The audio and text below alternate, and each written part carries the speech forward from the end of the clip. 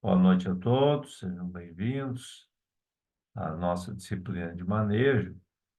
Então, recapitulando um pouco, uma sequência, né, do que a gente viu até agora, a gente viu as principais ferramentas da agricultura de precisão, amostragem de solo, depois taxa variável de fertilizantes, depois mapas de colheita, NDVI, né, para também pode ser uma ferramenta complementar e, em muitos casos, substitutiva ao mapa de colheita.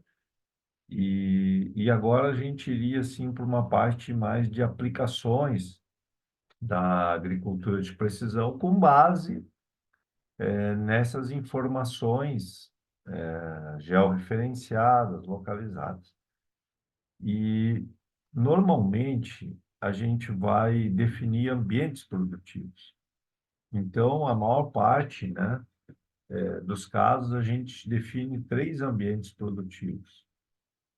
Poderia ser quatro, como isso desde lá do Blackmore. Isso não tem nada de muito novo nisso aqui. Desde a tese do Simon Blackmore, ele propôs essa divisão, né? Mas, de fato, a gente se interessa por áreas de alta produtividade estáveis, áreas de baixa produtividade estáveis, áreas médias e áreas inconsistentes.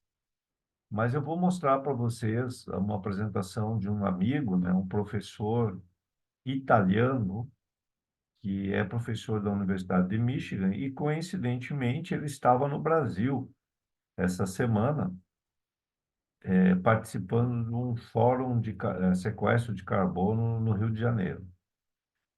E é o professor Bruno Basso. E esse professor Bruno Basso, depois vocês podem seguir ele aí nas redes sociais, procurar a palestra dele. Mas o Bruno Basso hoje, ele é uma autoridade em espacialização da topografia de lavouras. E eu vou apresentar, então, para vocês uma apresentação que ele fez. Está em inglês, mas eu vou ajudando vocês para vocês verem como se usa essas ferramentas. Mas o Bruno Bassi, então, ele diz que ele prefere trabalhar com dois ambientes: o ambiente de baixa e o ambiente de alta. E o ambiente de média, ele diz que uma hora esse ambiente se comporta como de baixa, uma hora que se comporta como de alta. Então, ele nesse ambiente de média, ele diz que ele ele usa a média. E as intervenções ocorrem realmente no ambiente de baixa ou no ambiente de alta, como a gente vai ver. Então, deixa eu achar aqui a apresentação dele. Tá,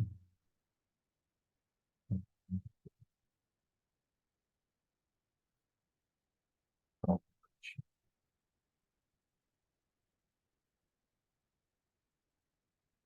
tá.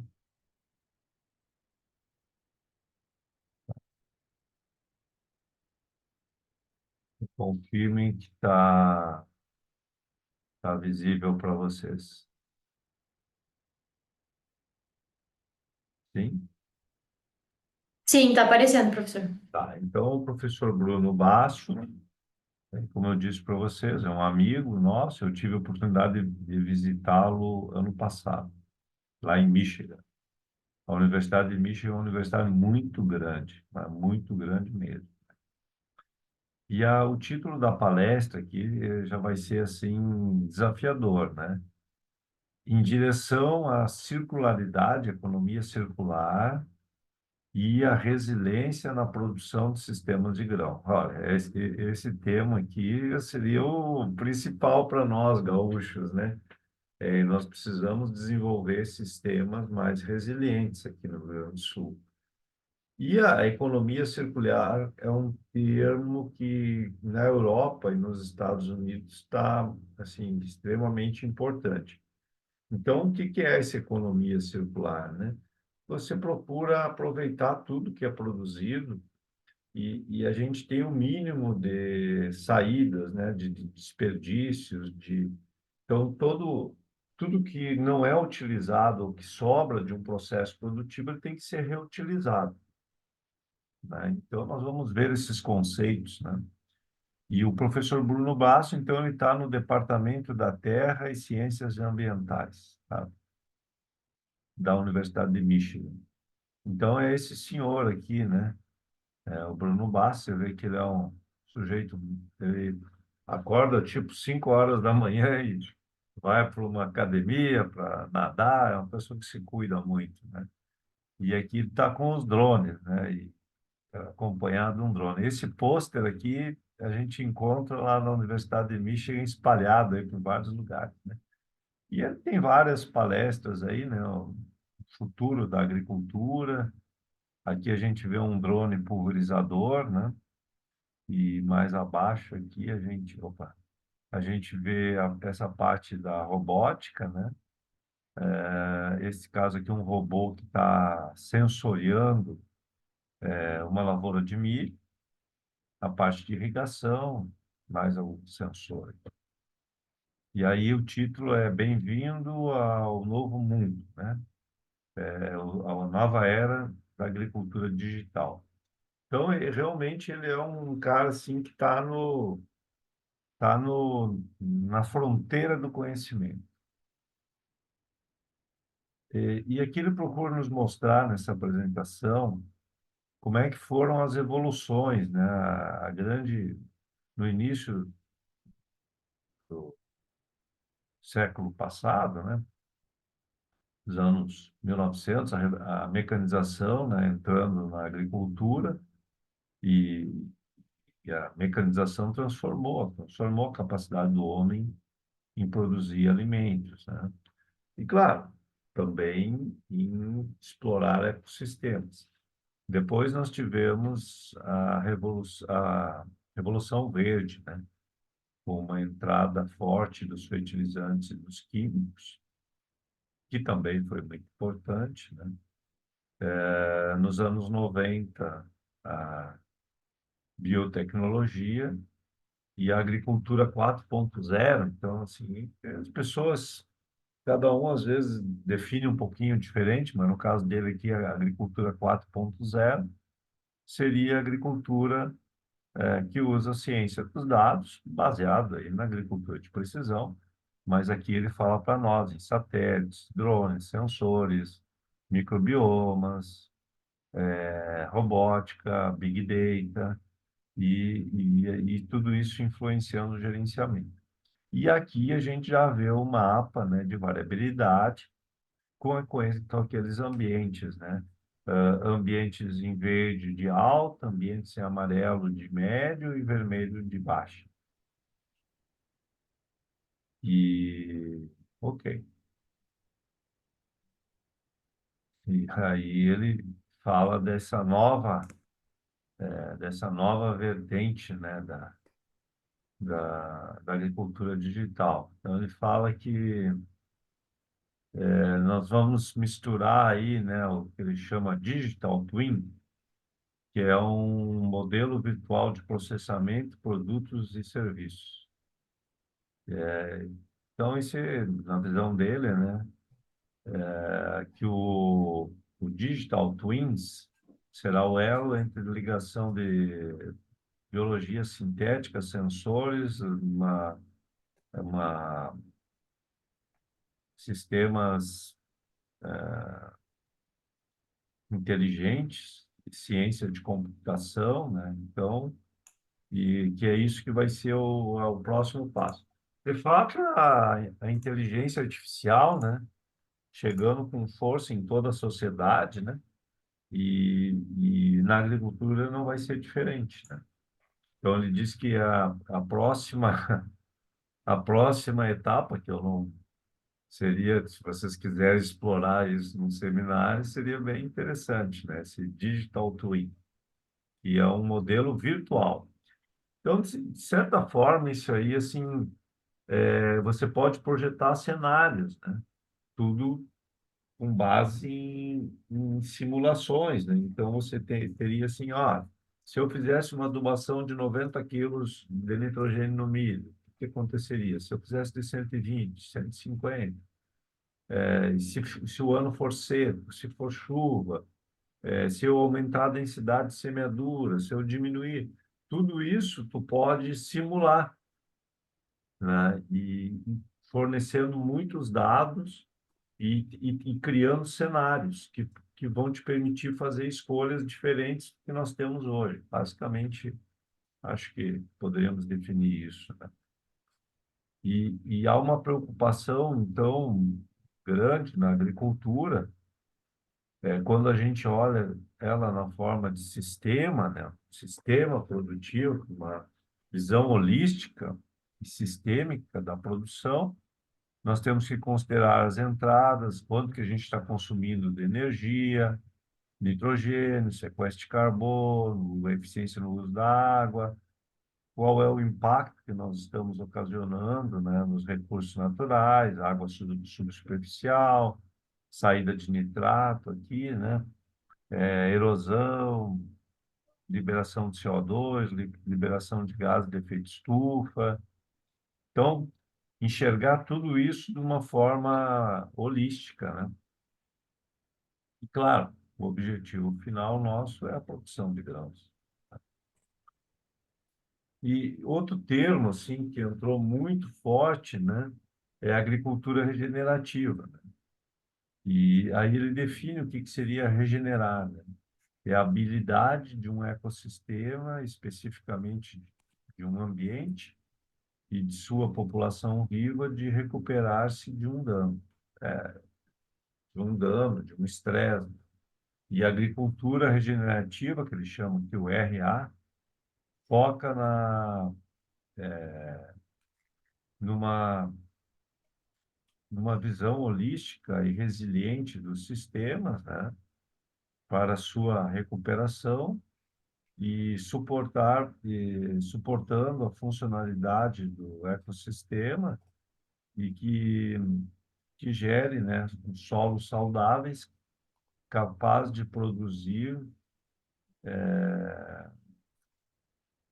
serviços ecossistêmicos, entre os quais o sequestro de carbono e a melhoria da retenção de água.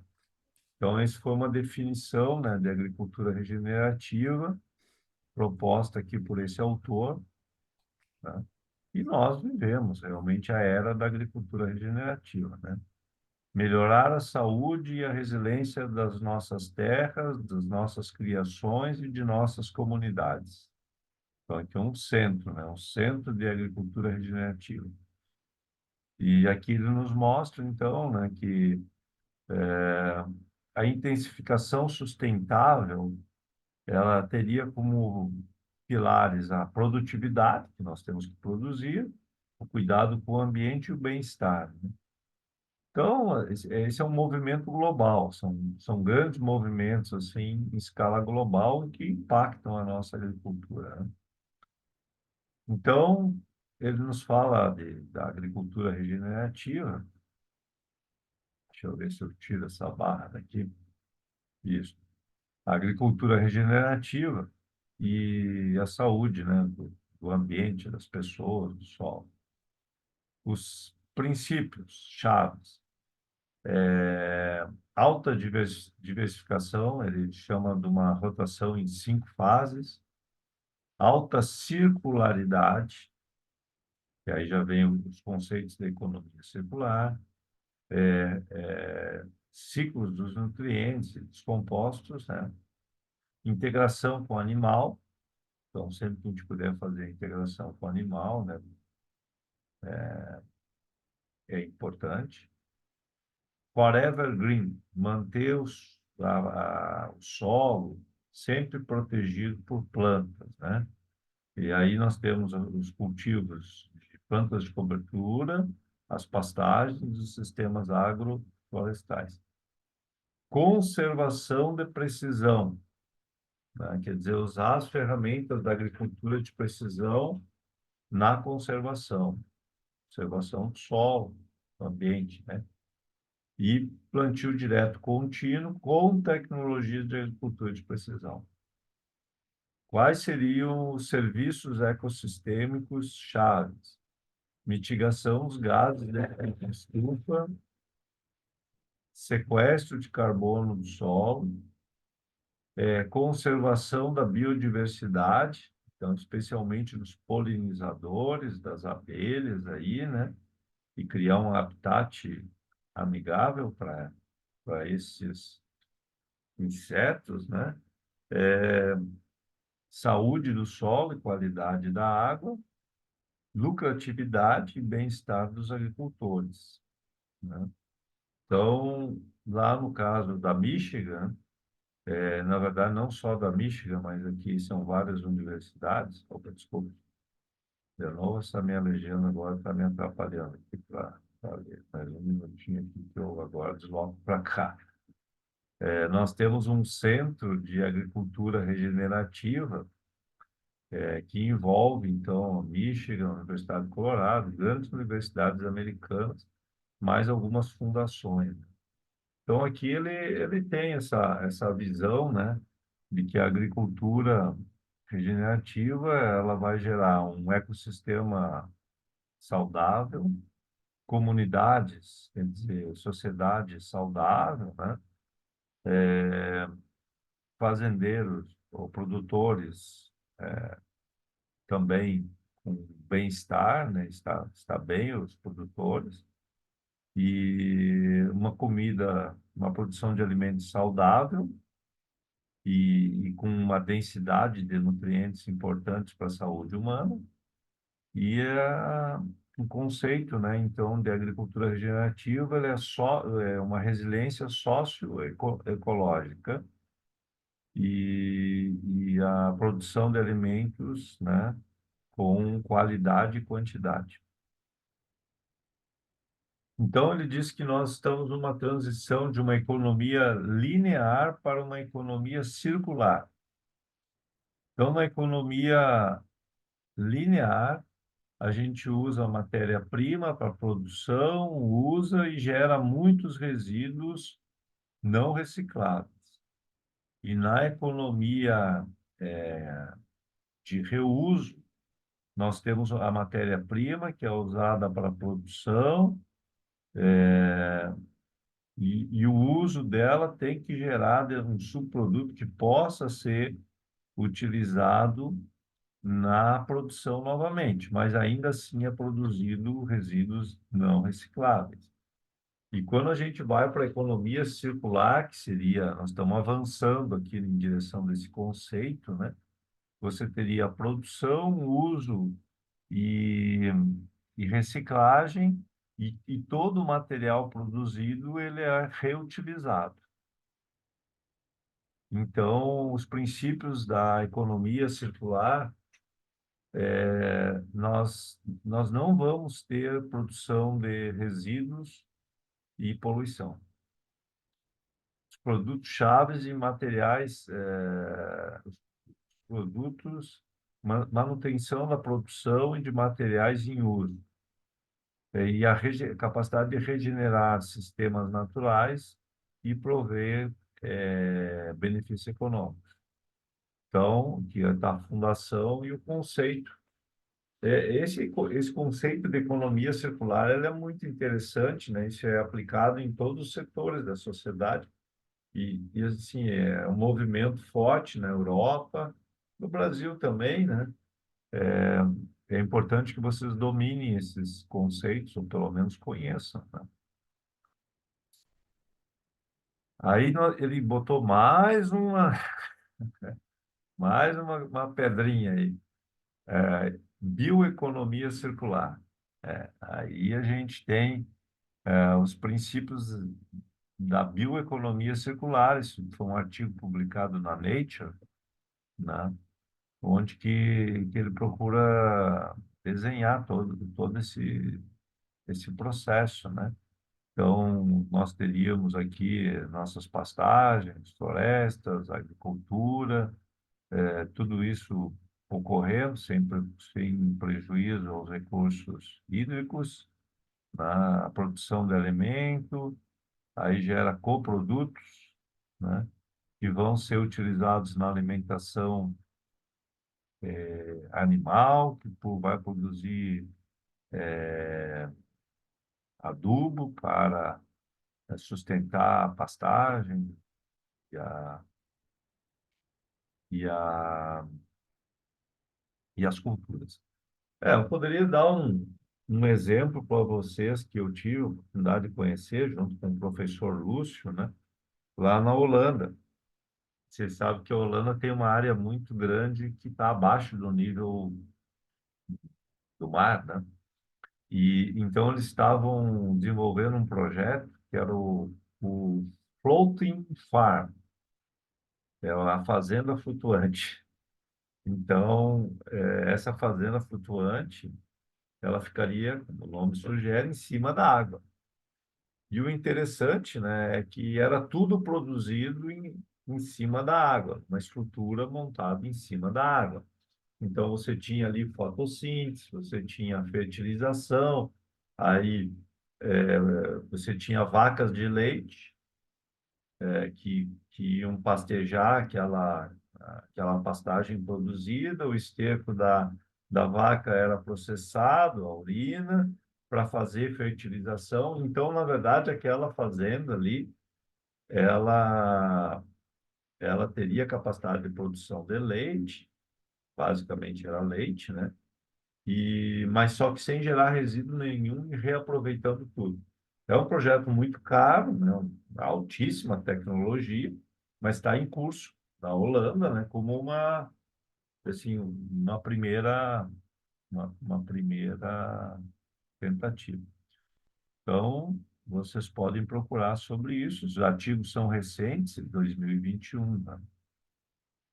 Então, aqui é um sistema, né, que eles desenvolveram lá na Universidade de Michigan, que é o SALUS, Sistema Approach, né? Enfoque sistêmico para o uso sustentável da terra. Então, você tem várias entradas aqui, e com essas entradas, esse sistema aí vai gerar aí, nesse caso aqui, matéria orgânica ativa, lenta e a permanente. Bom, isso aí era para dizer que são as tendências mundiais, né? Agora nós vamos para a agricultura digital, agricultura de precisão e um pouco do trabalho do professor Bruno Basso, né? Olha só o que ele diz, que nos Estados Unidos, embaixo ali, aqui nessa legendinha de baixo, nos Estados Unidos, 68%, puxa vida, aqui está me atrapalhando aí, 68% dos Estados Unidos tem máquinas colhedoras equipadas com sensor de rendimento. E 45% da área de milho tem sido mapeada, certo? Isso aí foi publicado em 2019. Então, dá para dizer que 50% da área dos Estados Unidos é mapeada, né? E permite definir ambientes produtivos. É bastante. No Brasil, estimam que esse número é abaixo de 5%. E na Argentina, eu já falei para vocês, chega a 65, 70%. Então, os Estados Unidos e a Argentina são os países que mais geram mapas, né? E o Brasil é um dos que menos gera e usa ainda, né? E aqui, então, ele divide o mapa de produtividade de acordo com a estabilidade. Instável, baixo estável, médio estável e alto estável. E aqui ele espacializa, olha a qualidade do mapa dele já com a questão topográfica envolvida. Então, a gente tem uma área que é a área mais plana, né? Mais de altitude. Depois nós temos o agricultor aqui, desculpe o termo mais prático, ele chama o chapéu da coxilha, né? A área mais plana. Depois nós temos a área de declividade e as áreas de baixada, né? E como que a produtividade se manifesta, né? Então, essa área aqui de solos mais profundos, como a gente está vendo, né? Com maior capacidade de armazenagem de água, pela topografia, etc., é a área que mais produz. E essas áreas de declividade, de costa ou de drenagem, são as áreas que menos produzem, né? E como é que ele chegou nisso, né? Bom, são várias maneiras, né? Uma delas é usar satélite, imagem de satélite e tal, de diferentes culturas, aqui o trigo, o milho e a soja, para gerar essa informação. A informação final que a gente vai precisar é essa aqui, espacializar a variabilidade. Então, veja só, você tem aqui 3 mapas de colheita, e aqui está o mapa desses 3 áreas, dessas 3 colheitas, num mapa só, espacializado. Eu já expliquei para vocês que a gente pode relativizar. Então, você pega, por exemplo, a produção de milho. Ah, produziu 10 toneladas. 10 toneladas seria a média, né? Seria 100%. Então, o que tiver acima de 10, tá acima de 100 seria uma zona de alta. O que está abaixo de 10 seria uma zona de baixa. E a gente faz percentagem. Então, eu posso fazer 110% da, da média, seria a minha zona de alta, 120. Ou 90% da zona da média, seria a zona de baixa, ou 80%. Então, esse número, como é que a gente determina? Vai depender da frequência que você tem, né, na sua área. Então, aqui ele nos mostra é, o que está sendo feito, né? Então, aqui já foi uma coisa mais complexa. Como eu disse para vocês, ele está na fronteira do conhecimento. Aqui ele tem um mapa de estabilidade termal, da temperatura do dossel.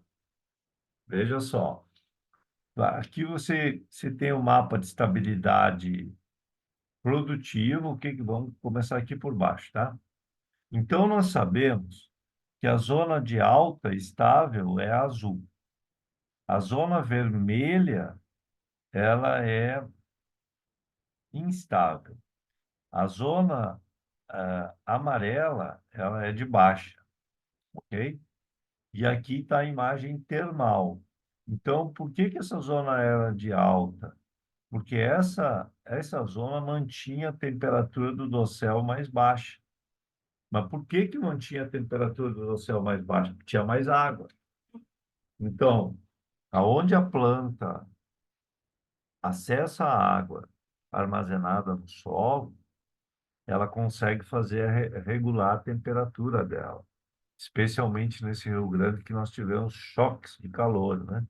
E agora nós estamos tendo um choque de frio. Mas no caso do choque de calor, este ano o Rio Grande do Sul safra passada, sofreu um estresse térmico violento, nós perdemos muita produtividade.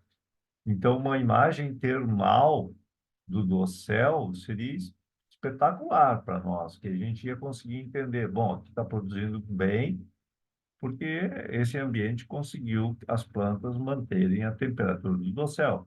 Aqui a soja colapsou, porque a temperatura do dossel estava alta. Isso aí eu comparo assim como a febre. Quando a gente está doente, a gente tem febre. E a febre, às vezes, impede a gente até de trabalhar, dos órgãos funcionarem bem.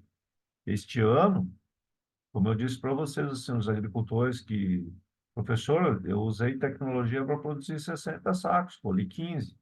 Por que que eu colhi 15? Porque houve um estresse fisiológico na planta absurdo, né? A combinação de altas temperaturas, combinação de seca e alta radiação solar, tudo isso colapsou. Alguns materiais genéticos simplesmente colapsaram. Bom, como é que foi o trabalho que o Bruno Basso desenvolveu ao longo de muitos anos, né? Ele pegou todos os dados, ele fez uma campanha para conseguir todos os dados de produtividade. Não vou entrar no detalhe, mas ele conseguiu isso. Conseguiu mapas de colheita de 14 estados, quase 2.000 lavouras, ou 12.200 mapas de colheita. Então, esse é o banco de dados. Essa região aqui, pessoal, é o cinturão do milho, é o Corn Belt, mas também a gente pode chamar da Soybean Belt, porque aqui é onde se produz soja e milho, né? Nova York está por aqui, para ter uma ideia. Né? Aqui nós temos Illinois, temos Iowa, temos os principais estados produtores, Indiana. Bom, então, os estados que ele conseguiu mapas de colheita: Arkansas, Colorado, Illinois, Indiana, Iowa, Kansas, ó, que eu morei, Kansas e Michigan, que é o estado onde que ele está, que ele conseguiu o maior número de mapas. Então, isso aqui foi a primeira coisa que ele conseguiu fazer, né? E as culturas que ele tinha mapa de colheita: de milho, de soja, de trigo, de algodão, cevada, centeio, canola, silagem, batata, arroz, enfim. Eu desconheço que tenha sido feito um trabalho como esse no Brasil. É um trabalho extremamente meritório, né? Com base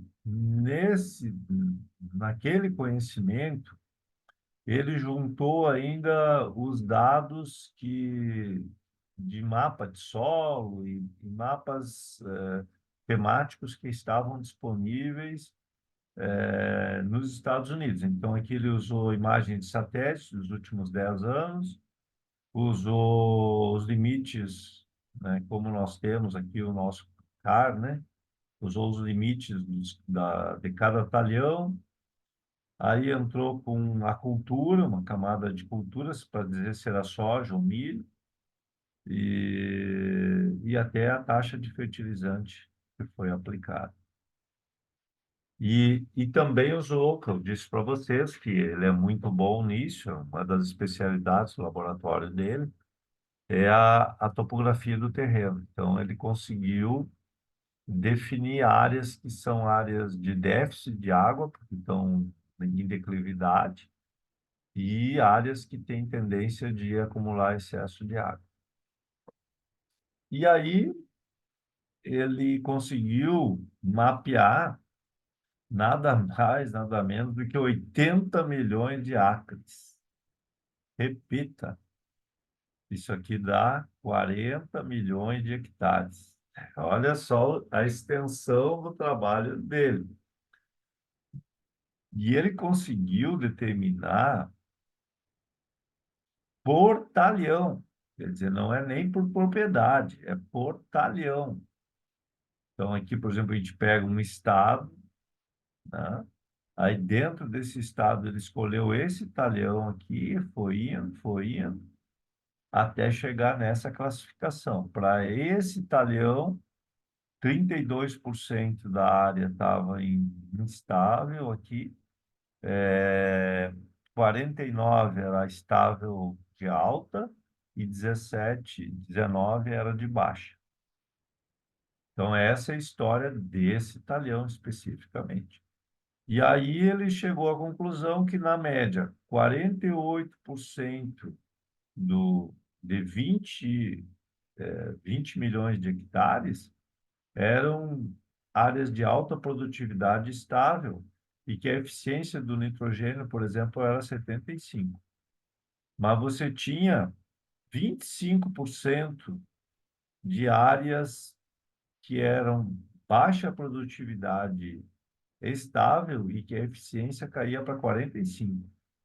E você tinha 27% da área que era instável, certo? Então, esse é um artigo que ele publicou em 2020. E a eficiência, nesse caso aqui do uso do nitrogênio, caía, era 58. Então, nós tínhamos nos Estados Unidos, por talhão, começou a se conhecer uma estimativa da eficiência do uso do nitrogênio, que podia ser 58%, como poderia ser 75 nas melhores áreas e 45 na pior. Aí o impacto. Bom, com isso ele calcula o uso do nitrogênio com essas eficiências e ele calculou quanto que estava sendo impactado o ambiente, né? Então, aqui no caso nós tínhamos 1,4 tegagramas de nitrogênio por ano que estava sendo perdido, 700 milhões de dólares por ano desperdiçado, 1,1 bilhão de gigajoules de energia perdida e 7 milhões de toneladas de CO2 que estavam sendo lançados para a atmosfera.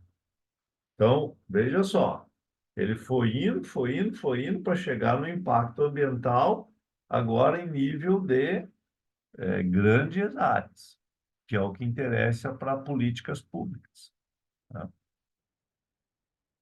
Mas um trabalho muito interessante, né, que eu disse para vocês que ele avançou muito, foi em pegar o mapa de colheita e associar com a topografia. No caso aqui, a microtopografia. Esse Martinez Féria é um dos estudantes dele, né? Ele tem no laboratório dele em torno de 20 doutores estudando. Então, é um laboratório, assim, e muita gente internacional. Como ele é italiano, assim, ele abre as portas para, inclusive, brasileiros, né? Ele, como eu disse para vocês, ele tem muitos amigos aqui no Brasil, né? E é uma pessoa, assim, muito receptiva. Bom, mas o que interessa para nós, ele conseguiu mapear nesse talhão exatamente as áreas que eram propensas a déficit de nitrogênio, de água, desculpa, e as áreas de acúmulo. Então, isso aqui num ano seco, essas áreas aqui que acumulam água são as mais produtivas. Mas num ano de excesso de água, essas áreas são as menos produtivas. Hum. Então, esse é o ponto, né? Então, aqui ele diz assim, ó, se você plantar, é um ano que você tem, deixa eu entender bem esse gráfico aqui, é um ano que é seca, é propício para seca. Então, neste ano aqui, a tendência é você perder 33% de milho e 23% de soja, tá? Em azul pontilhado, um ano que provavelmente vai ter excesso de água. Neste ano de excesso de água, o milho vai perder 20, a soja 16. E se você tiver... Bom, essa aqui é a média do campo, tá? Desempenho médio. E o que acontece em cada zona dessas, né? Então, você tem, às vezes, um gap porque está muito seco ou um gap porque está muito úmido, aonde é problemático. No caso aqui, o yield gap está num ano de excesso de água, tá? Aqui nós podemos perder 32 e 26. Então, esse é um caso muito típico dos Estados Unidos. Nós não perdemos, nós aqui no Gaúchos, normalmente a gente não tem essas perdas nessa magnitude. Só que se você olhar, na média do campo é uma coisa.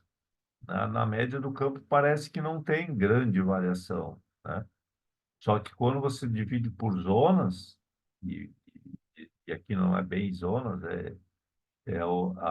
como que a topografia influencia, aí fica claro que influenciou demais. Bom, então esse aí ele começou a partir daqueles dados lá, de mapa de produtividade, aí ele transformou num mapa de lucratividade, aí ele usou isso aqui com vários anos para ter estabilidade temporal e ele chega num mapa de lucratividade. Nesse mapa de lucratividade, eu tenho regiões que eu estou ganhando muito dinheiro, que seriam essas verdes intensas, regiões que eu estou médio e regiões que eu estou ganhando muito pouco. E aqui você tem regiões onde que eu estou perdendo, né? Perdendo o prejuízo, em amarelo ele é baixo, em laranja ele é médio e o prejuízo em vermelho é alto. Então, mais ou menos o que eu queria dizer para vocês, transformando na prática e do que eu sei, as bordaduras das nossas lavouras, muitas vezes, elas dão prejuízo mesmo. E eu vejo os agricultores aí, né, muito preocupados com o manejo de bordadura, escarificando, colocando adubação orgânica, tentando fazer de tudo, porque sabe que a bordadura sempre é mais fraca. E é o caso dos Estados Unidos também. Bom, baseado nisso aí, aonde que ele quer chegar com tudo isso, que ele chama conservação de precisão? Uma vez que eu tenho o mapa de lucratividade da minha área, eu posso estudar qual é a taxa variável de nitrogênio. Por exemplo, aqui ele vai colocar mais nitrogênio onde produz mais e vai colocar menos ou até não colocar nitrogênio nas áreas que dão prejuízo. E no caso dele, especificamente lá dos Estados Unidos, eles podem usar as áreas que estão dando prejuízo para biodiversidade e criar, então, áreas onde que são preferenciais para a gente plantar a cultura anual e áreas que poderiam ser utilizadas, por exemplo, para sequestro de carbono, que seriam essas áreas verdes, que eram as que estavam dando prejuízo. Então, essa é uma visão, né, que eles têm lá de, de usar as áreas, no caso de lavoura, 20%, 15%, com pastagens permanentes, por exemplo, para sequestrar carbono, já que nos Estados Unidos o mercado de carbono existe, né? Você pode fazer contratos para vender os créditos de carbono. Então, você teria locais que está perdendo carbono e locais que você está ganhando, né? Ganhando carbono. Então, isso aí é o plantio de culturas de bioenergia em áreas marginais. É uma das ideias, né? Então, ele propôs isso em dois artigos, né? Na Nature Food e na Nature Sustainability.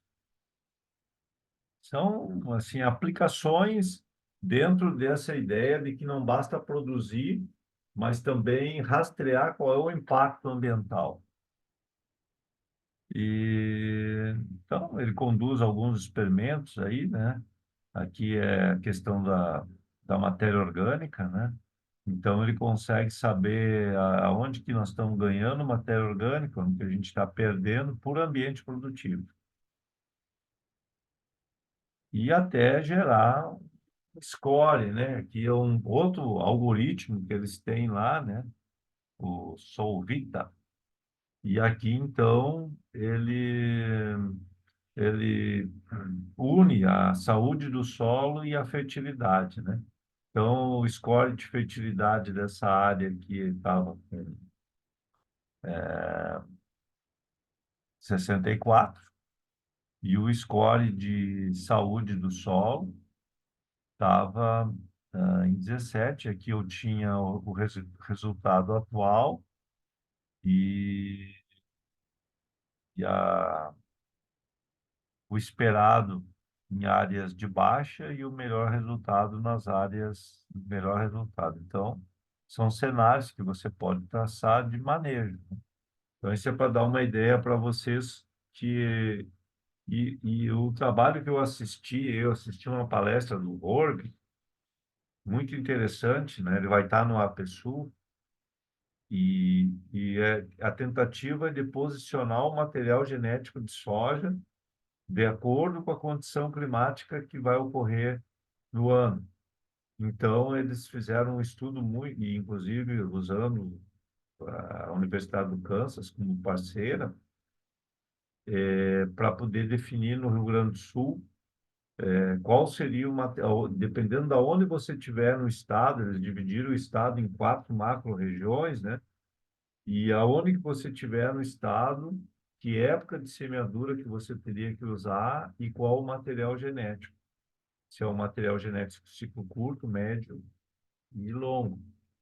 Então, isso aí são aplicações da agricultura digital. Nesse caso aqui era para fazer esse tipo de trabalho, né? E aqui ele está nos mostrando em Michigan, em, né, várias situações. Bom, então essa ideia de conservação de precisão, né, é que você separaria áreas aqui como essa, ó. Essas áreas aqui vão para esse programa de biocombustível ou programa de preservação. E você deixa intacto as áreas que você tem lucro. Essas vão para grão. E as áreas que não, que a gente não consegue manejar, elas iriam para outros usos. Essa é a ideia. Então, isso aqui ele fez talhão por talhão. Tu vai me dizer, ah, mas 20%, mas se tu pegar 15, 20% de todas as áreas agrícolas, num estado, num país, gera um valor muito interessante, né? E então, basicamente, ele dedica o laboratório dele a captar essa variabilidade espacial aí, né? Em todas as lavouras. E para isso, ele faz, utiliza como mapa temático básico, né? O monitor, mas o interessante é gerar esses mapas de estabilidade produtiva, né? E até você pode com modelagem, chegar a produtividades simuladas, né? Então, aqui você tem uma simulação de produtividade por tipo de solo, certo? Então, você sabe que tem esse solo aqui, esse tipo de solo, eu disse que lá eles têm um levantamento semi-detalhado, né? É um solo que produz menos, como a gente está vendo aqui, posso simular, inclusive, de acordo com as condições climáticas previstas para aquele ano, o que que essa região vai produzir. Tá vendo que aqui já começa aquela ideia que ele falou assim, entre o real e o virtual. Isso aqui são cenários, cenários futuros que já estão sendo preditos em função de uma condição climática que se acredita vai ocorrer.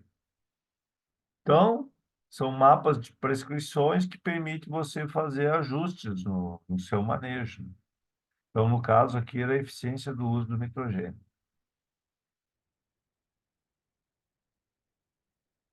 Então, no caso americano, eles usam muito nitrogênio no milho, né? O impacto ambiental disso é muito alto.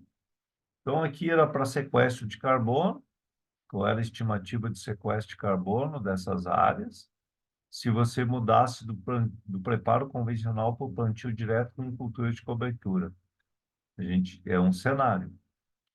Se aqui eu fizesse plantio direto, culturas de cobertura e parcelamento da aplicação de fertilizantes e usasse adubo orgânico, gerava esse outro cenário. Então, no momento que você tem esses dados que eles chamam truth data, você pode criar vários cenários e validar esses cenários, se realmente eles ocorreriam. Como que eles estão fazendo. Então, aqui nós temos as áreas todas divididas por talhão e criando cenários. E aí você tem dados como esse aqui, ó, você pode ter um potencial de sequestro de carbono dessa natureza e que isso valeria 2 bilhões de dólares, que seriam recompensa aos fazendeiros. Daí aqui ele já fez isso para essa empresa aqui, a Sibol, ele é o fundador dessa empresa. Isso é uma startup. E hoje essa startup virou uma empresa assim de crédito de carbono nos Estados Unidos fortíssima, né? Ele ganhou o prêmio de melhor startup do estado de Michigan. Então, lá nos Estados Unidos, o professor é permitido ao professor ser professor e ter uma atividade paralela. Porque aqui no Brasil isso não é permitido e é mal visto, né? Mas lá nos Estados Unidos não é assim, porque, na verdade, o professor com seus alunos ali, eles estão gerando um produto para a sociedade, né? Nesse caso aqui, inclusive, fomentando a sustentabilidade, né? É o caso dele. Ele criou essa empresa Siebel. E então ele diz assim: caminhos para avançar, né? Construindo uma nova estrutura de infraestrutura com base em dados, né? Então aqui ele começa a dizer para nós, da onde vêm os dados, né? Bom, pode vir de sensores, como a gente viu, da robótica, da inteligência artificial, né? E dados que são obtidos do terreno, né? Aqui, por exemplo, taxa variável de nitrogênio, mapa de lucratividade, biodiversidade, aqui de novo, dados que foram usados para chegar nisso aqui, né? Mapas de colheita, e aí depois vai para uma mesa de onde que nós vamos ter os políticos, a legislação, e nós vamos chegar num planejamento tendo determinados objetivos. Vamos dizer assim, olha, nos Estados Unidos, vamos reduzir 25% o impacto do uso do nitrogênio no milho. Então, como é que vamos fazer isso? Não. Cenário. Vamos parcelar o nitrogênio, não vamos aplicar nitrogênio nos locais de baixa produtividade, vamos reduzir a dose, vamos usar plantas de cobertura. Então, isso que ele fala que é aplicando a agricultura de precisão para desenhar, para projetar sistemas agrícolas sustentáveis. Então, transformando subsistemas em componentes inspirados na natureza. Isso aqui é um termo assim muito utilizado hoje, soluções baseadas na natureza, literatura internacional, né? Então, Basso, e eu já vi alguns projetos aqui de pesquisa que falam isso, né? Todas as soluções baseadas na natureza, elas são mais sustentáveis, né? Então, você pega um bioinseticida, um biofungicida, um biofertilizante, quer dizer, um fertilizante que pode ser um composto. Nós temos vários aí, né? Agora eu estou vendo de um produtor amigo meu que vai a São Paulo fazer um curso do TMT, o Tomita. Então, assim, são fertilizantes produzidos naturalmente. O que que eles dizem? Todas as soluções baseadas na natureza, né? Elas teriam possibilidade de serem implementadas, né? Aqui a equipe de estudantes dele, para você dar uma olhada aí nos PhDs, né? Que estão lá estudando, muita gente da área de computação, gente da área de modelagem, ele tem praticamente de todas as nacionalidades, né? E ele é um professor, né, o Bruno Basso, que ele recebeu 2 prêmios, né? A Academia de Ciência Americana, e ele tem muito dinheiro, né? Ele recebe dinheiro da NASA, da, da própria empresa dele, mas de várias fundações aí, e com isso ele consegue bolsa para os estudantes e desenvolver tudo isso, né? Então, é isso aí. Aqui a Associação dos Produtores de Batata, né? Então, nos Estados Unidos, o financiamento da pesquisa é diferente do Brasil, que nós temos os órgãos estatais, né? O CNPq, a CAPES, e a gente submete projetos. Lá nos Estados Unidos é um pouco diferente, né? Você tem esse modelo também, mas tem um modelo que as associações de produtores, por exemplo, os sojicultores, os produtores de algodão, e como aqui no Brasil, como é que funciona? Tem um imposto que é tirado, né, do que é produzido para sustentar a Embrapa, sustentar órgãos de pesquisa, etc. E essas próprias dinheiro para pesquisa. Lá nos Estados Unidos, a associação ela pode escolher quais são os professores, quais são os projetos que são prioritários para aquela associação.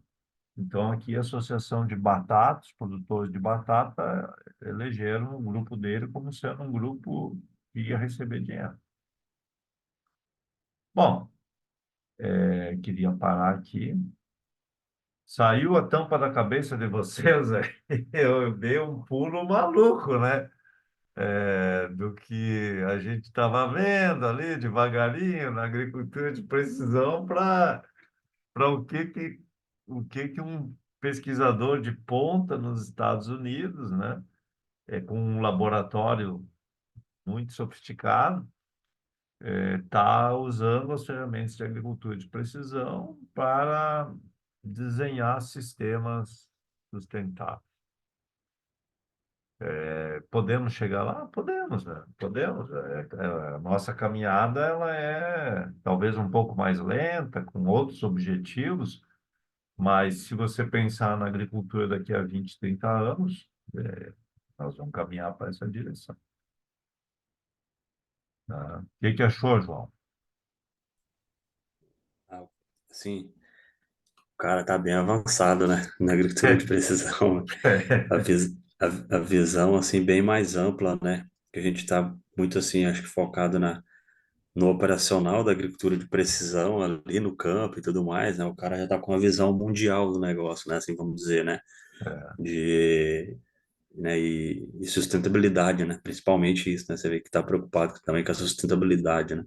E esse conceito de economia circular, né? Quer dizer assim, vai produzir milho, tá, mas não pode gerar nitrato, não pode emitir CO2, não pode consumir muito diesel, não pode oxidar a matéria orgânica do solo, não pode ter erosão, né? Então, É, são parâmetros, realmente você eu acho que pegou bem, João, que nós estamos preocupados no dia a dia de uma lavoura, né? E eu vou exato, colocar isso exato. para vocês, né? Mas a ideia era só alimentar a cabeça de vocês aí, tipo assim, bom, olha, na verdade, a agricultura digital, a agricultura de precisão vai ser aplicado. Eu vejo assim, olha, a área ambiental vai andar muito de mão dadas com a agricultura de precisão porque a agricultura de precisão permite rastreabilidade. E esse negócio também, assim, que me inculca bastante é de projetar cenários. Isso é muito legal para tomar decisão, né? Como é que o agricultor toma decisões, né?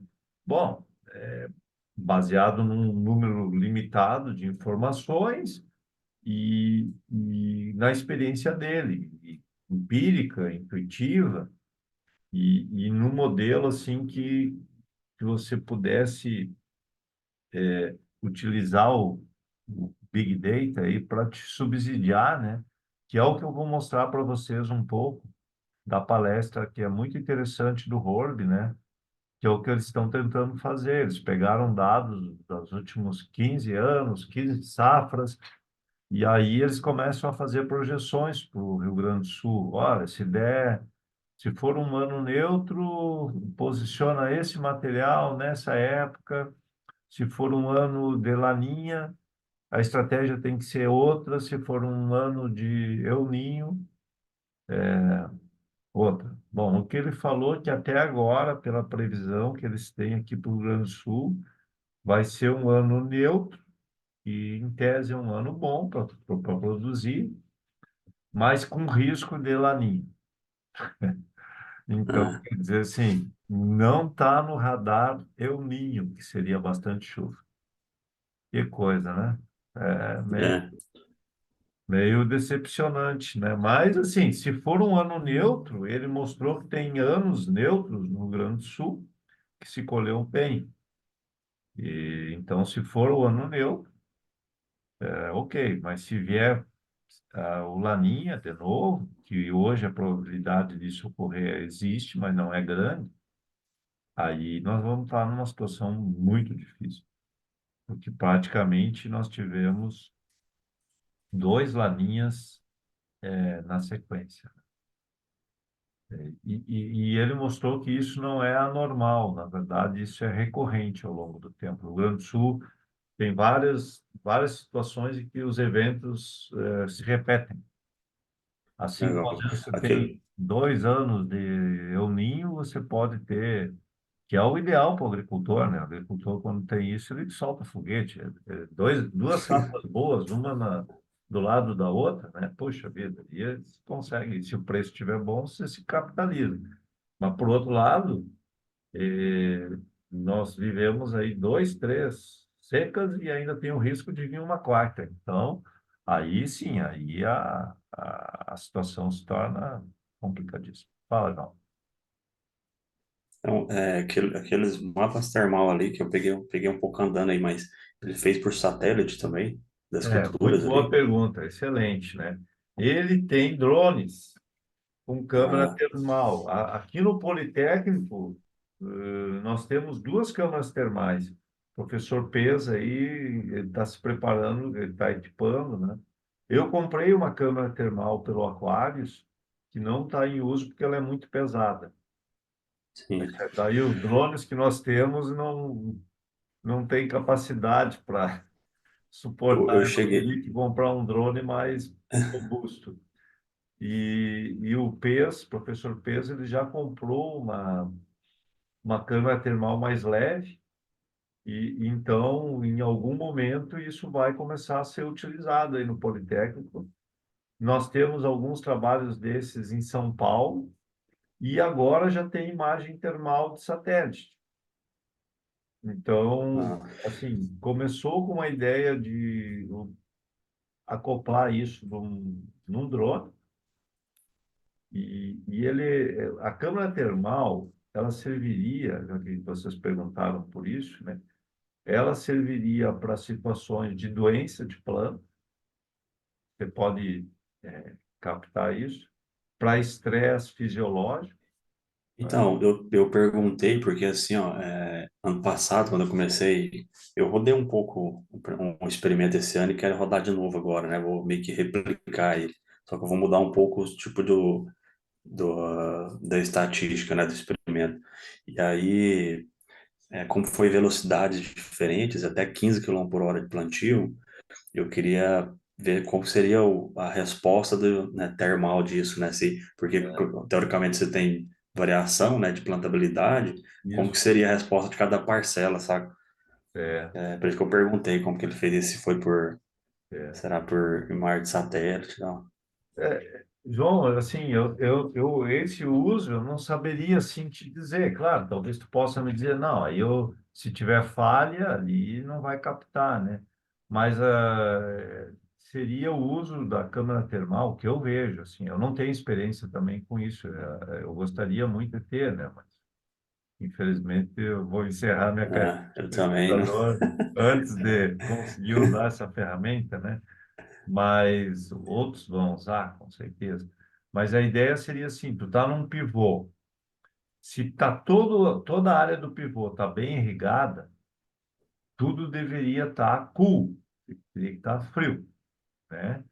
E agora, se você tem áreas do pivô que estão ficando com a temperatura mais alta, o indicativo é que a água não foi suficiente. Então, essa seria um uso. Aí tu poderia usar uma taxa variável de irrigação para atender isso. Outro uso é aquele que eu falei para você. Começa a aparecer manchas. Aí você teria, opa, aqui está tendo uma doença. Aí vai lá, é doença, é praga, o que está acontecendo? E aí você poderia atuar localizadamente. Outras ideias de estresse termal. Se você tem inso, eu tenho caruru, tenho insos na minha lavoura, esse inso consome a água e nutrientes da planta, e a planta entra em estresse de novo. Se eu tenho estresse térmico, né? Uma onda de calor, onde que a lavoura está sendo mais afetada, onde está sendo menos afetada. Então, os usos para a câmara termal, ele seria complementar para ajudar a explicar um mapa de colheita ou uma imagem de DVI. Mas os agricultores me mostraram esse ano aí alguns mapas de materiais de soja precoce com essa onda de calor que de uma semana para outra assim a tonalidade, né, o NDVI caiu drasticamente. E o que que aconteceu? Foi a fotossíntese, né? A planta parou de fazer fotossíntese, ela estava verdinha e daqui a pouquinho ela ficou esbranquiçada pelo estresse. Então, isso foi captado por uma outra forma, um NDVI. Agora, se eu tivesse um mapa termal, provavelmente eu ia ver, ó, a temperatura estava boa e de uma semana para outra o dossel colapsou. A temperatura subiu muito. E aí, temperatura sobe, dá distúrbio fisiológico. Então, seria nesse sentido. Agora, tem mapa termal de satélite. Qual é a resolução espacial? Aí é a questão, né? Bom, Também não sei. mas ele é assim, dentro dessa ideia, né? No Brasil, como eu disse para vocês, muito pouco uso ainda, muito pouco uso, mais na pesquisa do que na consultoria. Mas a gente sabe que está tudo interligado, né? É como no nosso caso, né? Se eu puder medir a minha temperatura, se eu estou com a temperatura alta, opa, meu organismo está reagindo. O que que é? Uma infecção, problema mais sério, ou é uma coisa leve? Bom, é mais ou menos essa é a ideia, né? Bom, para finalizar a noite rapidinho, eu tenho uma apresentação aqui que eu queria, dentro dessa ideia, assim, de olhar cenários futuristas da agricultura de precisão, digital. Vamos olhar uma apresentação que eu tenho da John Deere. Deixa eu ver como é que eu faço isso aqui. Vamos ver uma apresentação da John Deere. Então, me, opa, me confirme que está compartilhado. Sim. Tá. Então, esse aqui é uma apresentação da John Deere de novo, olhando, enxergando aí a agricultura do amanhã, né? Bem-vindos à agricultura 4.0, taxa variável de herbicidas, drones, máquinas inteligentes. Vamos ver o que que eles vão desenvolver para nós aqui. John Deere apresenta. Mas só está no slide Bem-vindos à Agricultura 4.0. Ah, não está mudando, né? Não. Esse que é a traição, aquela. Agora vai dar certo. Bem-vindos à Agricultura 4.0. Vamos ver o que que é esse John Deere apresenta. Está saindo som para vocês aí? Só não, estou mostrando a imagem, Da imagem. o Então, vídeo. eu vou fazendo som aqui para vocês. Então, aqui nós temos o proprietário, a sua esposa, né? Estão olhando a chuva. It should pass by midday. Aí ela diz Based on para the ele que a When the rain frente stops, we should be úmida able vai to passar start ao spraying meio-dia midday. e eles vão poder pulverizar no final do dia. You're on his way back? He said he was checking on the boys.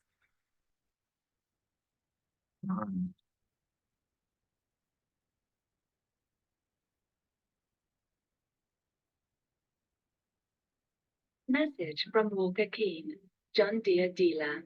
Hey, Drew. Updated and checked your combines remotely. All machines are optimized for harvest season. Message to Walker. That's great. Thanks. Send. Aqui nesse momento, o que que aconteceu? Ele está operando aqui a máquina, né? Eu acho que é uma colhedora, porque para sentir aqui. Mas poderia ser qualquer máquina.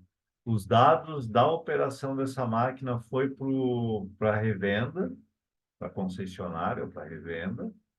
A revenda analisou os dados e deu o retorno para ele. Ó, a máquina está funcionando perfeitamente bem, está reguladinha, pode tocar ficha. Então, aí você já criou um ecossistema de que o agricultor está lá operando a máquina dele e alguém está supervisionando, alguém que seria da revenda, está supervisionando esse trabalho. Message sent.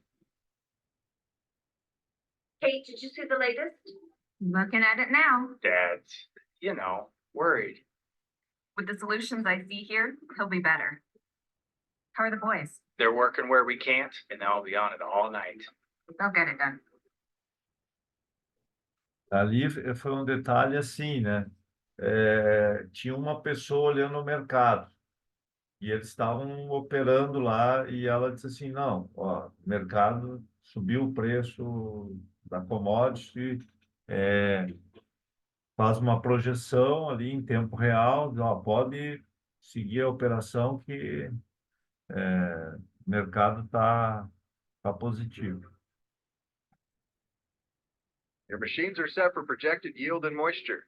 And we're also updating firmware on Harvester 3 tonight. That's great. Hey, let's take a look at fields 5 and 6 tomorrow. May want to make some changes there.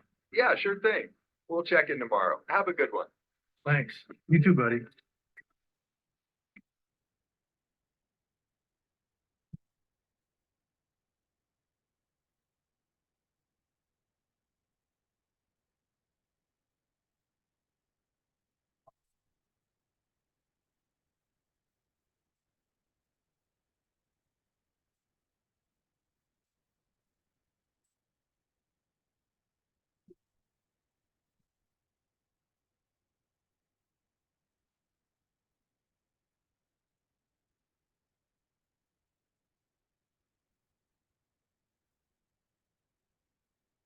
Go to field 5 and aggregate all. Mark? Aggregate field 5. Recommendations. Phosphorus nitrogen application on sections 2, 8, and 27 with health predictions. Go with solution 2, field 5. Solution 2, field 5.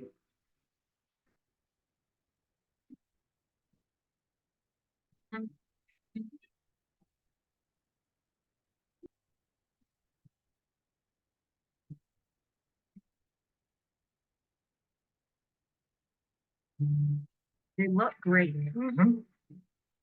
With the weather, prices are up by 10 cents at the elevator. You want to sell? What's that? Yeah. Shall we? Let's do it.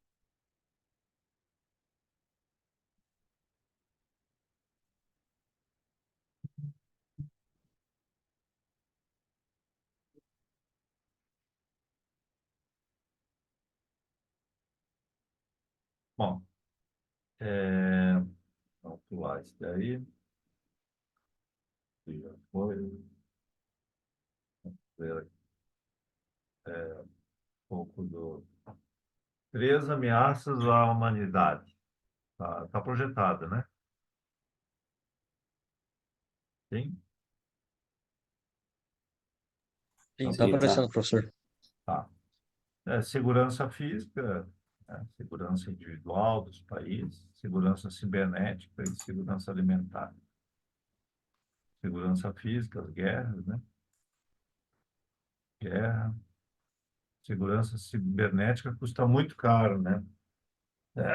6 trilhões de dólares por ano no mundo, 22 bilhões no Brasil, e tem aumentado o custo com segurança cibernética 30% ao ano. Todos nós, nesses golpes virtuais, eu já fui vítima disso aí, né? Acho que todos nós seremos em algum momento aí, porque é um negócio incrível, né? E a indústria também sofre com isso. Segurança alimentar, né? A gente tem, o caso hoje é a Índia, né? Que está crescendo bastante, mas tem vários países aí crescendo. Então, com relação à segurança alimentar, né? A projeção de... Hoje nós estamos com em torno de 8 bilhões de pessoas, né? E onde que está distribuída essas 8 milhões? Na América do Sul, nós temos 8% da população.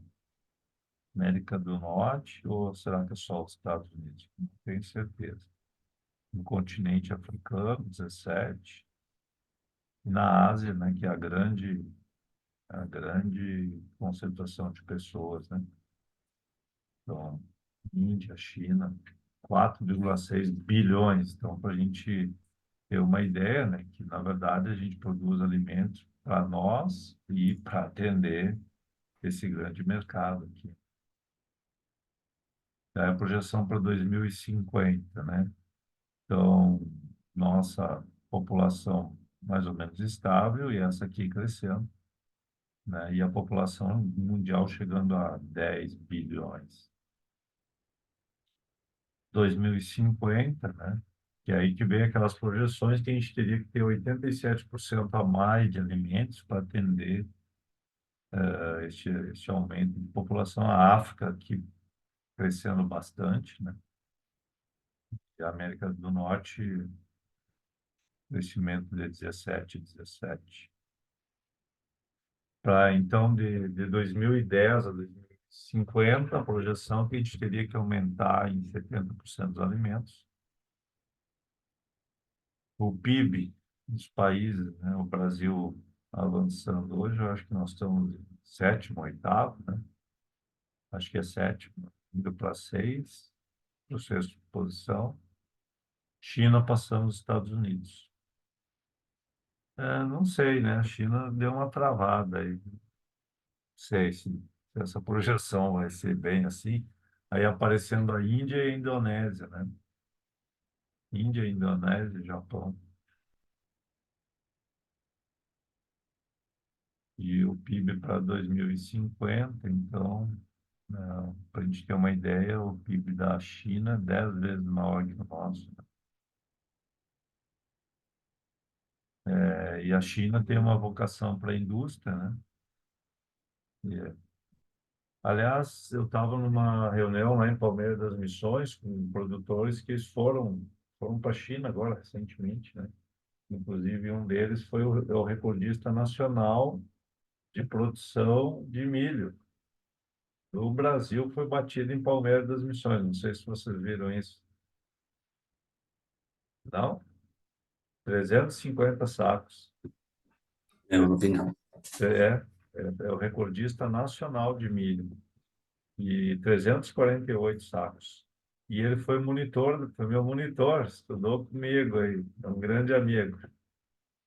Estudou José Bilsfield, recordista, mas ele foi para a Índia, para a China, e ele estava falando que, assim, cara, impressionante, em 3 dias o cara abre uma estrada e já deixam ela pronta, né?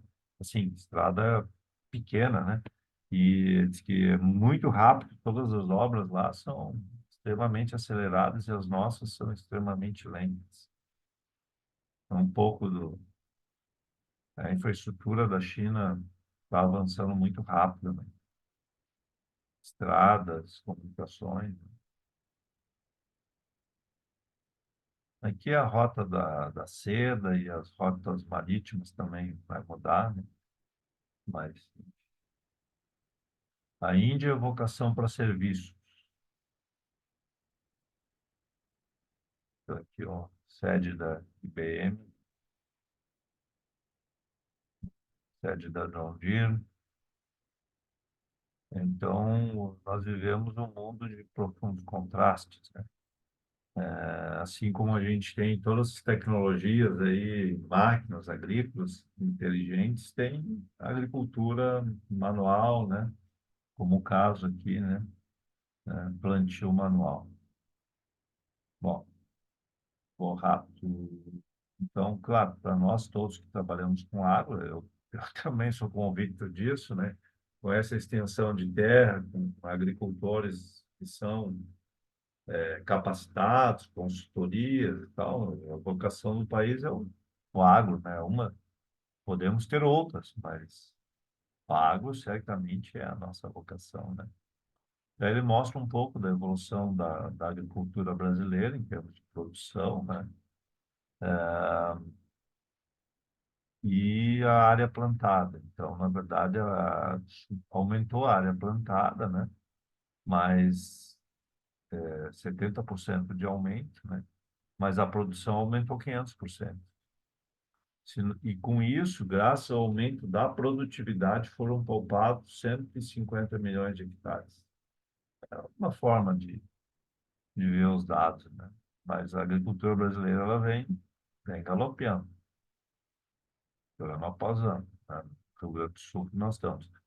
E aqui ele nos mostra, né, que o Brasil é o primeiro em produção e exportação de suco de laranja, né? Em açúcar, café, é o primeiro em exportação, o segundo em produção, e é primeiro em exportação de frango, segundo em produção, de carne primeiro. Então, se a gente olhar a exportação, o Brasil é impressionante, né? Ele é primeiro em muitos produtos. Seremos os maiores fornecedores de proteína para o mundo. Projeção aí. Com uma diferença fundamental, né? E a gente ainda, o agro ainda vai ter 28% de área com florestas, pântanos, 20% da área com terras não agricultáveis, indígenas, áreas de preservação, 29% com pastagem, 18% com agricultura. Então, nenhum outro país do mundo tem uma área tão grande assim preservada que nem a gente tem. Opa!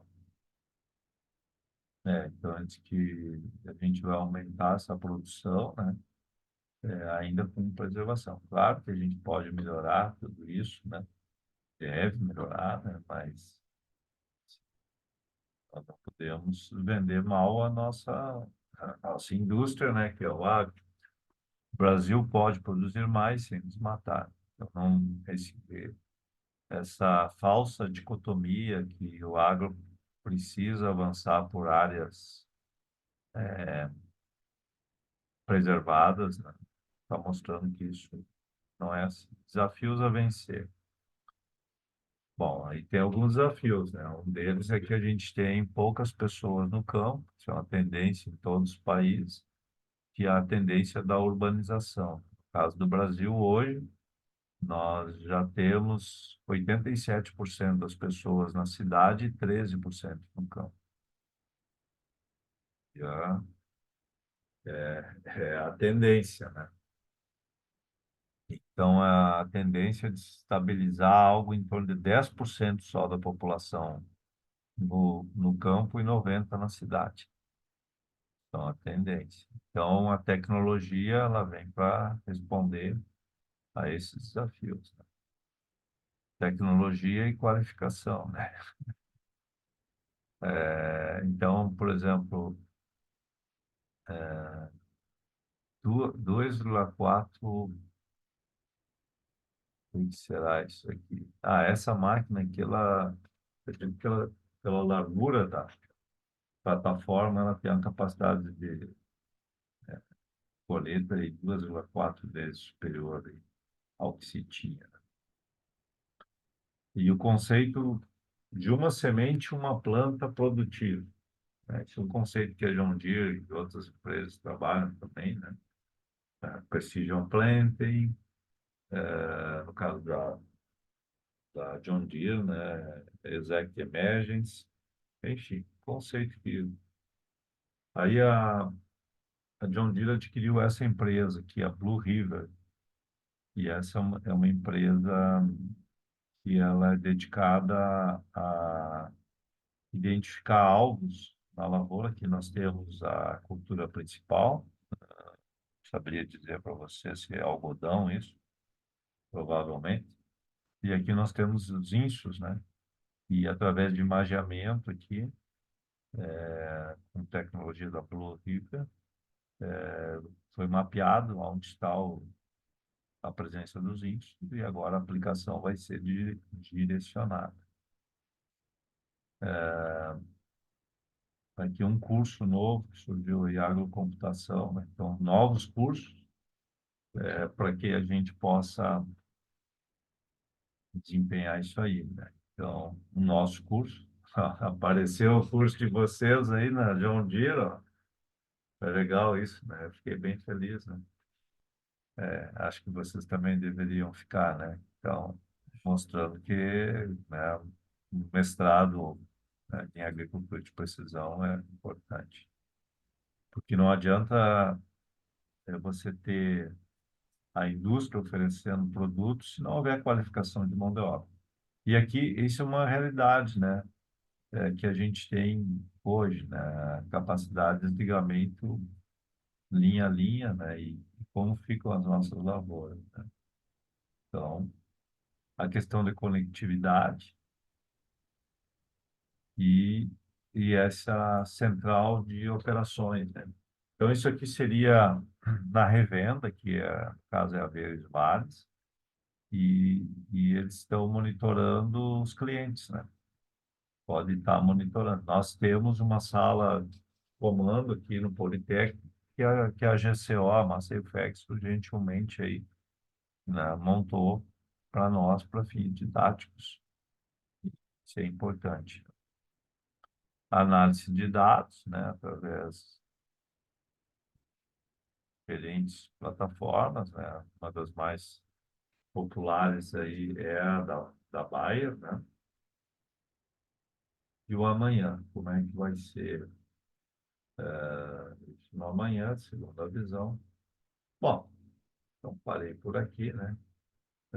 E será para a gente olhar um pouco como que a John Deere está enxergando isso daí. E na próxima aula, que aí eu tenho que combinar com vocês quando que vai ser, eu pretendo falar em taxa variável de sementes, tá? Os trabalhos que foram feitos aí, tá? Por estudantes meus, que hoje estão no campo aí, né? Trabalhando com isso, mas a gente gerou boas informações, e aí o Geomar Coraza, especialmente, né? Junto com o Thiago Horbe, aí, fizeram um trabalho bem interessante quando estavam trabalhando conosco aí, e eu quero apresentar para vocês aí um pouco disso, né? Com algumas ideias de como que a gente pode utilizar mais eficientemente os nossos ambientes. Então, se vocês captaram bem a aula de hoje, né? Nós vamos usar ferramentas para definir ambientes. Definindo ambientes, nós vamos buscar eficiência por ambiente. E, então, não adianta você querer produzir muito no ambiente de baixa, porque é, a tendência é que o teu impacto ambiental vai ser alto, tu não vai conseguir produzir muito mais. E no ambiente de alta, daí já é diferente, né? E o que fazer num ambiente de baixa? Bom, nós podemos melhorá-lo, nós temos que adaptar o nosso aporte de insumos ao potencial produtivo e qual é o impacto ambiental disso? Porque é dentro daquela ideia. Na primeira visão do agricultor, se ele tem um ambiente que está produzindo pouco, se o agricultor está bem capitalizado, que não é o caso de agora, mas o que que ele faria? Ah, vou colocar mais calcário, mais fertilizante, para tentar produzir mais. E muitas vezes ele não consegue isso. E aí o impacto ambiental pode ser alto. Porque o ideal ali foi mostrado, uma planta, uma semente. Se eu utilizar um fertilizante, o ideal é que esse fertilizante fosse aproveitado pela planta. Se ele não for aproveitado pela planta, uma parte pode ficar no solo, mas uma parte pode ser perdida. Então, a gente teria que atender a demanda da planta de forma cada vez mais precisa, ter um ajuste muito grande. Ah, mas isso é fácil, professor. Não é fácil porque o potencial produtivo varia de estação para estação e dentro do mesmo ano, de acordo com as condições climáticas. Então, às vezes, o João faz uma adubação de fósforo lá no início da safra. Ele tinha todas as informações naquela época, né? Olha, é um ano normal, você pode se preparar aí para uma safra de 60 sacos na média. Então, ele vai ajustar a adubação dele para 60. Mas aí, durante o ciclo, dá uma baita seca. E o teu 60 virou 30. Mas tu não tem mais tempo de corrigir. Porque o fósforo foi aplicado lá no início, mas o nitrogênio, de repente, ainda tem. É um foliar, tal. Então, aí, esse ano a pressão de ferrugem está muito forte. Então, a gente pode recorrer a intervenções que ainda são possíveis fazer. Mas no futuro, assim, e a própria FAPESP, o São Paulo está mais avançado nisso, né? Usar inteligência artificial para chegar por talhão na recomendação.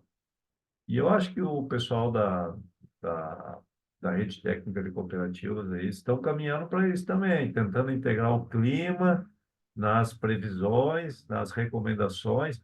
Então, acho que um erro, assim, João, que a gente comete muito nas nossas recomendações de fertilização, de produtos, é que a gente tem um pacote e a gente quer aplicar em todas as condições climáticas. E, na verdade, a gente teria que fazer um ajuste aí, né? Olha, quando Exato. for um ano de chuva, né, os cuidados devem ser esses. Quando for um ano, aí nós temos que ter atitudes mais defensivas. Bom, gente, espero que vocês tenham gostado e nós vamos seguir agora na próxima aula com taxa variável de sementes e eu vou mostrando para vocês assim as tendências, né? Como eu disse, cada um de vocês no seu trabalho, a gente às vezes colabora com uma estratégia, né? Mas a gente não pode perder a visão global, né? Então, a agricultura de precisão é buscar eficiência em processo. E para o futuro é reduzir o impacto ambiental. Muitos agricultores, eles ficam assim meio receosos, não, mas eu vou ser multado, vou ser denunciado, mas na verdade a gente pode transformar esse limão numa limonada, né?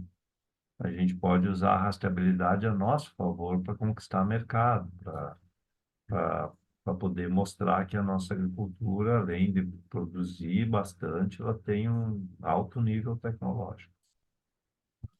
Isso aí é importantíssimo para o futuro, porque vocês estão vendo já, né? O Mato Grosso, regiões, o mercado europeu não comprando soja, sem áreas de desmatamento e tal. Então, tu vê como essas regulamentações ambientais, elas vão nos exigir. Já, você não vai poder mais produzir com nitrogênio eficiência de 50%, vai ter que ter eficiência de 70%.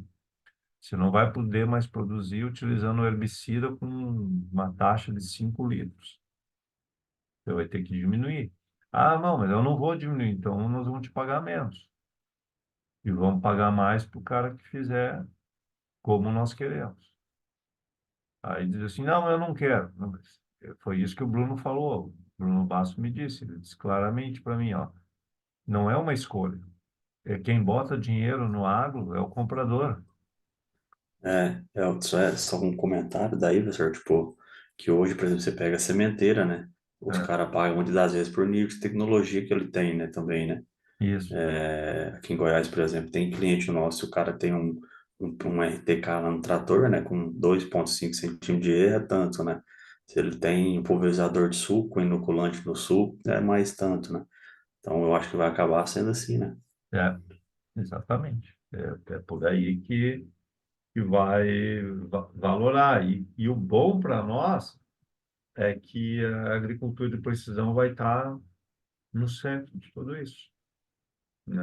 Então, Exato. assim, eu diria para você, eu vejo isso claramente, né? Porque eu enfrentei essas correntes e enfrento até hoje.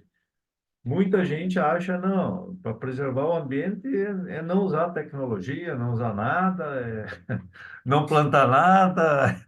Cara, essa é a visão que eu diria assim, a visão poética, a visão romântica do negócio, né? A visão real, que eu acho, a visão palpável é usar a tecnologia para produzir o menor impacto ambiental, que é o que o Bruno Bastos está fazendo lá, né? Claro, isso vai exigir um banco de dados extraordinário, tá bem? Bom, não precisa concordar, é a visão do professor e eu acho assim, cada um deve formar a sua visão. E eu não tenho que, você não tem que concordar comigo, como eu também não tenho que concordar com vocês. O conhecimento teórico é uma coisa, a convicção pessoal é outra, né? Mas eu vejo claramente assim que vai caminhar para isso e eu acho que foi importante eu mostrar para vocês essas aquisições que estão sendo feitas, né? Às vezes uma indústria de máquinas agrícolas compra uma solução para aplicar mais eficientemente o, produtos químicos. Putz, ele já tem um produto, né? Eu conheci esse equipamento, que é o pulverizador See and Spray. O See and Spray, ele foi lançado nos Estados Unidos há 2 anos, e já tem algum pulverizador aqui, mas eu falei para vocês, né? Ele faz um imageamento em tempo real, processa essa imagem e define se vai aplicar o produto e que dose que vai aplicar. E, segundo o pessoal, era 60 vezes mais rápido que a piscada de olho, o processamento. Então, aí está usando câmeras associadas, né? E com um processamento a velocidade de processamento extremamente rápida. Esse é um modelo, nós temos o EDIT, temos outros. O legal é que a tecnologia da Smart Sensing, da WeDid, tu pode chegar de 50% a 75% de economia de herbicida, por exemplo. E no caso do See and Spray, da John Deere, são os que eu conheço, né? Então, não representa endosso comercial meu nenhum, né? Até porque eu não tenho influência, não tenho essa influência. Eles dizem que pode chegar de 75% a 90%. Então, tu imagina, João, é caro, é caríssimo, é um negócio absurdo, mas olha o impacto ambiental que uma máquina dessas pode proporcionar. O agricultor está pensando no bolso dele, mas para a sociedade isso aí é muito importante, né? Então, a SLC, ela tem vários equipamentos da WeDid, da Smart Sense, funcionando. Então, essas coisas agora têm que ser rastreabilizadas, quantificadas, né? E para depois agregar valor. Agregar valor na hora de uma cooperativa. Uma cooperativa que faz um projeto. Nós vamos fazer um projeto de redução de diesel. O AgroZanella lá, que a gente está acompanhando por amizade, né? Eles já conseguiram reduzir em 25% a 30% o consumo de diesel através de rastreabilidade de máquinas. Imagina numa fazenda isso, né? E agora eles conseguiram reduzir com os mesmos pulverizadores 20%, só buscando eficiência, só gestão de máquinas, treinamento de pessoas. Então, mas por que está indo nessa direção? Que eu queria que vocês digam, por que essa é uma direção? Porque essa direção atende o mercado, que é a sociedade, que é as regras, bioeconomia, economia circular, está demandando. Ok? Boa noite a todos e uma boa sexta-feira, 10 horas da noite. Valeu, professor. Obrigado aí, Bom, professor, pessoal, também. Beijo, tchau, então, tchau, pessoal. Bom final de semana. Até mais. Tchau, tchau. Um abraço. boa noite. Boa noite.